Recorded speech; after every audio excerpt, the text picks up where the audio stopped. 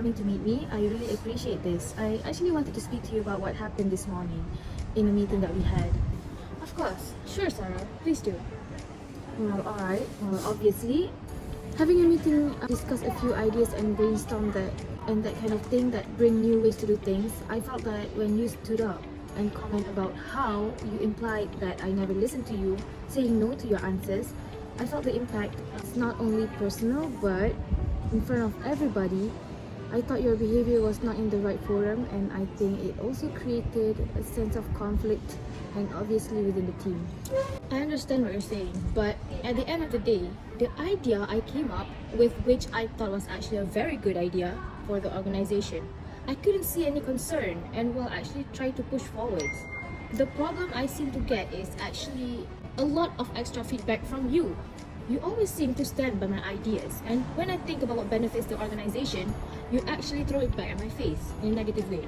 I feel like I'm the one being prosecuted in this situation. Well, I am happy that we could work out a time to discuss what my company is willing to offer you. That sounds great. We are looking to run some new ads on Facebook, IG, Twitter, and Snapchat for our new line of athletic shoes set to come out in a couple of months. Our current media contract is set to expire, and I have heard some good things about your company. What kind of packages can you offer? Thank you very much. I am glad that our name is getting out there. So, what I can offer your company is a social media package. This includes all the platforms you would like to advertise. This would include running the advertisements daily for the duration of the contract.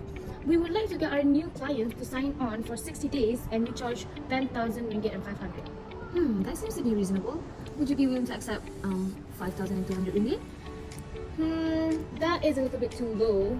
I would be willing to come down to about 5,450. A 30-day contract at a competitive price.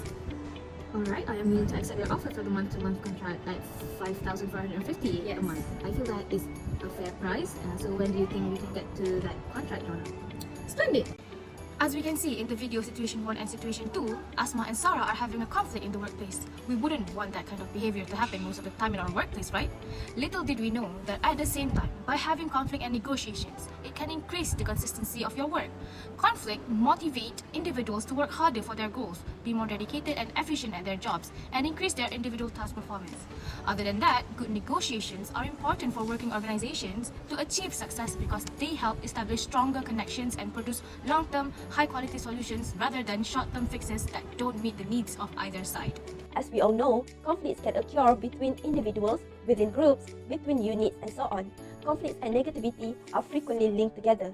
However, do you know that when conflicts are resolved effectively through negotiation, the relationships and connections within the organization can really be strengthened? How is that so?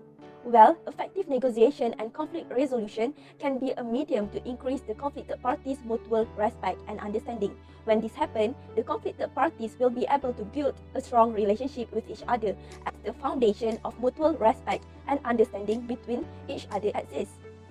Other than that, conflicts also encourage numerous critical thinking opportunities within the conflicted parties that could aid in achieving the organization's objectives and goals.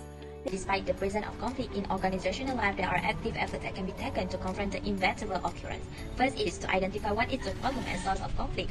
Then, active listening and communication in the workplace may help to handle conflict and negotiation. Last but not least, body language also important during the debate. It is because organizational candidate whether both parties telling truth or not. A deeper understanding of conflict and negotiation can help the organization to come out with several options to resolve difficult scenarios that occur between staff and customer in an organization.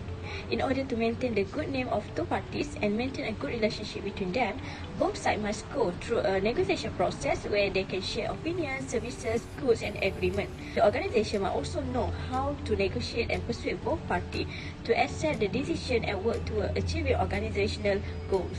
Next, conflict and negotiation also allow an organization to maintain workplace harmony in the organization. It is important that we do not form preconceptions or make final judgment based on what we have, but rather investigate the occurrence, the persons involved, the problems, and the reactions of the people.